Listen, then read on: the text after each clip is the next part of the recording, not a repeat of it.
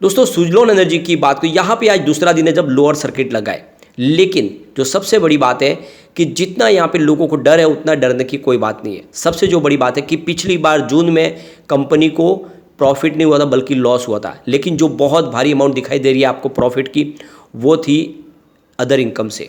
तो इस हिसाब से देखें तो रिजल्ट ईयर ऑन बेसिस पे तो बेहतर है, लेकिन क्वार्टर ऑन क्वार्टर बेसिस पे कमी जरूर आई है।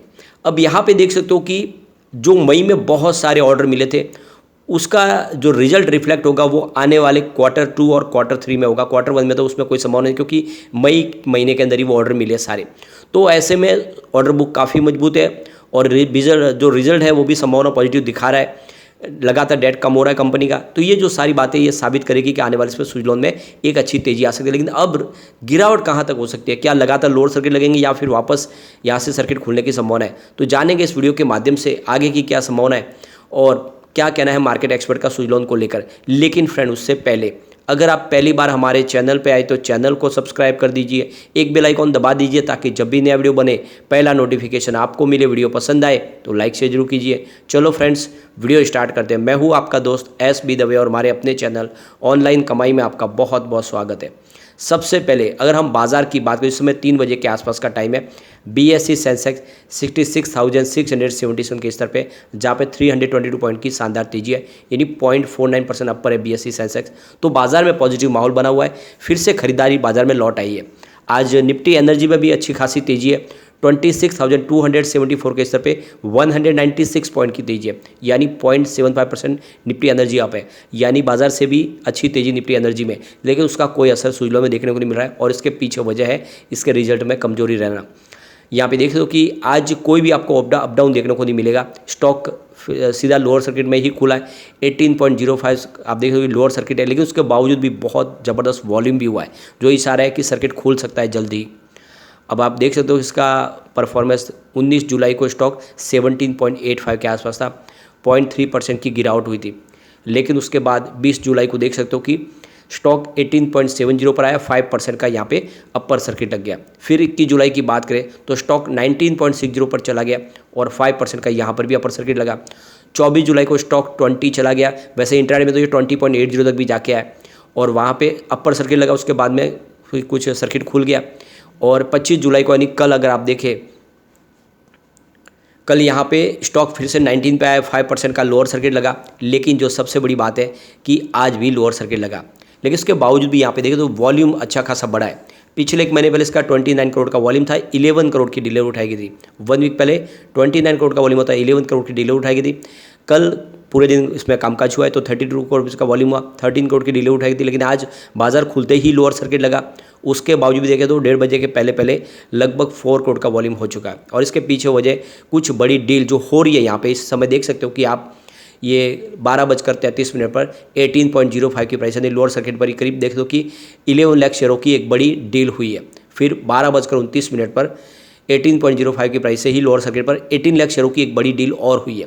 फिर देख दो कि 12:30 पर लोअर सर्किट पर 18.05 पर ही यहाँ पे देख दो कि 7 लाख शेयरों की एक बड़ी डील और हुई। उसके बाद देख सकते हो कि 2:30 पर 18.05 की प्राइस यानी लोअर सर्किट पर ही करीब 10 लाख शेयरों की एक बड़ी डील और हुई। तो इसका मतलब ये है कि जिस तरह से बड़ी डील हो रही है तो लोअर सर्किट खुलने की संभावना काफ़ी ज़्यादा है। या तो एक ट्रेडिंग सेशन या 2 ट्रेडिंग सेशन से नॉर्मल ट्रेडिंग शुरू हो सकती है, लोअर सर्किट रुक सकता है। इस बार विंड टर्बाइन जनरेटर के सेगमेंट की बात करें तो काफ़ी अच्छा रिकॉर्डेड यहाँ पे रेवेन्यू बढ़ता हुआ दिखाई देगा, करीब 803.28 करोड़ के आसपास रहा है। लेकिन फाउंड्री और फोर्जिंग सेगमेंट में इनका रेवेन्यू गिरा है, करीब 111.53 करोड़ के आसपास रहा। पिछले साल सेम क्वार्टर में 120.44 करोड़ के आसपास था। तो विंड टर्बाइन का बिजनेस है काफ़ी अच्छा रहा है। अब यहाँ पे जो सबसे बड़ी गिरावट की वजह बनी कि जो ईयर ऑन बेसिस पे जो प्रॉफिट है उसमें 95.85% की भारी गिरावट देखने को मिली। यानी जो प्रॉफिट 2390 करोड़ रुपीज़ के आसपास था जून क्वार्टर में, वो 100 करोड़ रुपये तक आया। लेकिन ऐसी बात नहीं है, ये सारा का सारा आंकड़ा ऑलरेडी हमने पहले भी डिस्कस किया था कि ये आप देख दो कि जो ये अदर इनकम से आई हुई है, न कि प्रॉफिट की इनकम है। यानी जो ये भारी भरकम बड़ी अमाउंट दिखाई दे रही है यह एक्सेप्शनल आइटम से निकल के आ रही है और इसीलिए ये इसको आप प्रॉफिट में नहीं देख सकते। अगर ये एक्सेप्शनल आइटम की अमाउंट को लेस कर दिया जाए तो यहाँ पे आपको 66 करोड़ रुपीज़ का लॉस दिखाई देगा। यानी पिछले जून में कंपनी को लॉस हुआ था और इस बार 100 करोड़ का प्रॉफिट हुआ है, तो परिणाम बेहतर है। रेवेन्यू देखो कि 1347.52 के बीच के आसपास, जहाँ पे 2.8% की गिरावट है। पिछले साल सेम क्वार्टर में 1377.5 के बीच के आसपास था, तो रेवेन्यू थोड़ा सा कम हुआ है। लेकिन यहाँ पे ऑर्डर बुक देखें तो काफ़ी अच्छी है, करीब 1.6 गीगावाट की ऑर्डर बुक है। एबिटाडा मार्जिन देखें तो 15.4% के आसपास रहा है। कंपनी लगातार अपने डेट को कम कर रही है, बहुत जल्दी देखें तो कंपनी पूरी तरह से कर्ज मुक्त हो जाएगी। तो यहाँ पे कंपनी की 28वीं एनुअल जनरल मीटिंग 27 सितंबर को होने वाली है, बुधवार को, जिसमें कुछ बड़े फैसले लिए जाएंगे। कंपनी फंड रेजिंग भी करने जा रही है, यानी आने वाले समय कंपनी अपने रास्ते तलाशने शुरू कर चुके हैं। और जिस तरह से सरकार का सहयोग मिल रहा है और इस सेक्टर में एक बड़ा तेजी का दौर आने वाला है, तो इसका फ़ायदा सुजलॉन उठाना चाहती है। और इसलिए सुजलॉन करीब 2000 करोड़ की फंड रेजिंग करेगी, जिससे अपने पुराने कर्ज को भी चुकाएगी और जो ऑर्डर बुक है उसको भी कंप्लीट करेगी। अब यहाँ पे अगर हम रिवेन्यू की बात करें, जून 2022 में देख दो कि 1381 करोड़ के आसपास रिवेन्यू था, जो पिछले 4 क्वार्टर से लगातार बढ़ा है। आप ये देख सकते हो कि मार्च 2023 तक ये 1694 करोड़ के आसपास आया था। तो ये आप देखो कि पार्टी काफ़ी अच्छी थी, लगातार रेवेन्यू बढ़ रहा था। लेकिन इस बार रेवेन्यू में गिरावट आई है, 1347 करोड़ के आसपास रेवेन्यू रहा है, जो पिछले जून के मुकाबले भी कम है और मार्च क्वार्टर के मुकाबले भी कम है। यहाँ पे थोड़े से ये हमें जो आंकड़े हैं डिसअपॉइंट करते हैं। लेकिन आप अगर इसके प्रॉफिट की बात करें तो जून 2022 में जहाँ पे 2433 करोड़ का एक भारी भरकम प्रॉफिट दिखाई दे रहा है, वो एक्चुअल में अदर इनकम से आया है, बल्कि वो प्रॉफिट नहीं था, बल्कि 66 करोड़ का लॉस था। उसके बाद में देख सकते हो कि सितंबर में 57.43 करोड़ का प्रॉफिट हुआ, दिसंबर में ये बढ़ के 78.36 करोड़ तक पहुंच गया, लेकिन मार्च में 280 करोड़ का ज़बरदस्त प्रॉफिट हुआ। इस बार प्रॉफिट में फिर से गिरावट हुई क्वार्टर ऑन क्वार्टर बेसिस पे, यानी 100 करोड़ का प्रॉफिट हुआ है। तो उस हिसाब से देखें तो ईयर ऑन बेसिस पे तो बेहतर ही होगा, क्योंकि अगर ये अमाउंट निकाल दी जाए एक्सेप्शनल आइटम की, तो फिर आप देख दो कि कंपनी लॉस बताएगी। तो ईयर ऑन बेसिस तो रिजल्ट सही है, लेकिन क्वार्टर ऑन क्वार्टर बेसिस पे कमी रह गई, ये बात भी क्लियरली समझ में आ रही है। तो दिसंबर के मुकाबले तो अच्छा है, लेकिन मार्च के मुकाबले रिजल्ट में कमी जरूर रह गई है, लेकिन उतना ख़राब नहीं है। आप समझ सकते हो कि मार्च में और इनको कोई इतने ऑर्डर नहीं थे, इनके ऑर्डर शुरू हुए थे मई महीने से, और जून का रिजल्ट बना तो उसमें उसका असर देखने को नहीं मिलेगा।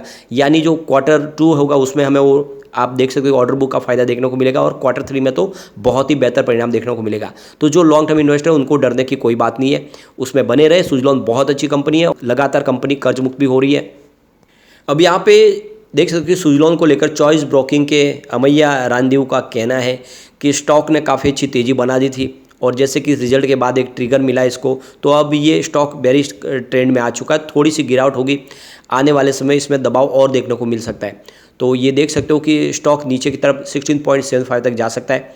तो ये एक तरह से आप देखें तो इसको स्टॉप लॉस समझ के लॉन्ग टर्म इन्वेस्टर इसमें होल्ड करके रख सकते हैं। इससे और नीचे गिरावट की तो बड़ी गिरावट की संभावना बनेगी, लेकिन यहाँ से अगर इसने बाउंस बैक दिया तो फिर से एक शानदार तेजी की तरफ स्टॉक जाता हुआ दिखाई देगा। सबसे बड़ी बात है कि कंपनी लगातार अपने डेट को कम करी है, इसकी ऑर्डर बुक बहुत मजबूत है, और पिछले दिनों काफ़ी ज़बरदस्त रिटर्न दे चुके हैं, करीब 200% का। तो ऐसे में प्रॉफिट बुकिंग तो आएगी, लेकिन जिस तरह से बिजनेस बढ़ रहा है वो काफ़ी अच्छा है। इसके अलावा देखें तो मुकुल महावीर अग्रवाल ने यहाँ पे 1.04% की काफ़ी बड़ी स्टेक ले ली है, और ये सारी बातें ये साबित कर रही है कि आने वाले समय सुजलॉन में फिर से शानदार तेजी आएगी। सबसे बड़ी बात है कि इंडिया की पहली कंपनी बनी है जिसने 20 गीगावाट की कैपेसिटी को पा लिया वर्ल्ड वाइड तरीके से, और इंडिया के अंदर जो इंस्टॉल कैपेसिटी है उसमें 33% का योगदान अकेले सुजलॉन का है। तो इस बात को भी हम नकार नहीं सकते। यहाँ पे एमके ग्लोबल की तरफ से भी कहा गया है कि जिस तरह से कंपनी लगातार अपने डेट को कम करी है, ऑर्डर बुक काफ़ी अच्छी है, तो डेफिनेटली आने वाले समय में इसमें पॉजिटिव संभावना बनेगी। यानी वो भी बुलिश है एमके ग्लोबल इस समय लेके सुजलॉन को, उनके हिसाब से आने वाले समय एक पॉजिटिव माहौल जरूर बनेगा। तो कुल मिला के जो लॉन्ग टर्म इन्वेस्टर है उनको डरने की कोई बात नहीं, बल्कि डिप में जितना मिले खरीदारी करना चाहिए। आने वाले 1 या 2 दिन में यहाँ पे नॉर्मल ट्रेडिंग शुरू हो जाएगी, और अभी इतनी तेज़ी नहीं बनेगी, ये बात भी क्लियर है, क्योंकि रिजल्ट में इस बार कमजोरी रह गई है। तो थोड़ी कमजोरी जो जिस तरह से लगातार अपर सर्किट लगे थे उस पर तो ठहराव आएगा, लेकिन काफ़ी समय तक स्टॉक आपको 15 से 16, 17 के आसपास दिखाई देगा, और वहाँ पे आप एक एंट्री भी कर सकते हैं। और एक बार हम इसके पिवट लेवल को चेक कर लेते हैं, तो यहाँ से देखो गिरावट होने पे 18.40 का फर्स्ट सपोर्ट है जो टूट चुका है, तो फिर 17.80 का सेकंड सपोर्ट आएगा।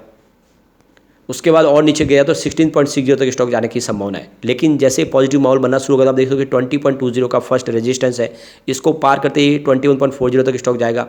और तेज़ी बढ़ी तो 22 तक भी जा सकता है। तो आने वाले समय निकट भविष्य में स्टॉक फिर से 22 तक जा सकता है। तो जो आराम से जो लॉन्ग टर्म इन्वेस्टर उनको डरने की कोई बात नहीं। जो शॉर्ट टर्म इन्वेस्टर उनको तो मैंने लगातार बोला वो प्रॉफिट बुक करना चाहिए, कभी भी स्टॉक कोई एक तरफा नहीं दौड़ता है, ये बात मैंने बार बार बोली है। काफ़ी लोग हैं जो कहते हैं कि आप प्रॉफिट बुकिंग के लिए क्यों बोलिए, स्टॉक तो लगातार दौड़ रहा है, लेकिन अब आप देख सकते हो कि स्टॉक नीचे आया। और इसीलिए मैंने बार बार कहा कि जो भी शॉर्ट टर्म इंटरम इन्वेस्टर है उनके पैसे डबल हो चुके हैं, उनको प्रॉफिट बुक कर लेना चाहिए ताकि किसी को कोई लॉस ना हो। जो लॉन्ग टर्म इन्वेस्टर उनको डरने की कोई बात नहीं, यह एक लंबी रेस का घोड़ा आने वाले समय डेफिनेटली अपने टारगेट हिट करेगा। लेकिन फ्रेंड, कोई भी इन्वेस्टमेंट करने से पहले अपने फाइनेंशियल एडवाइजर से बड़ी ले ले या अपना खुद का रिसर्च करें, क्योंकि मैंने वीडियो आपके एजुकेशनल पर्पज के लिए ही बनाया। वीडियो पसंद आए तो लाइक से जो कीजिए और चैनल को सब्सक्राइब कर दीजिए। Thank you friend.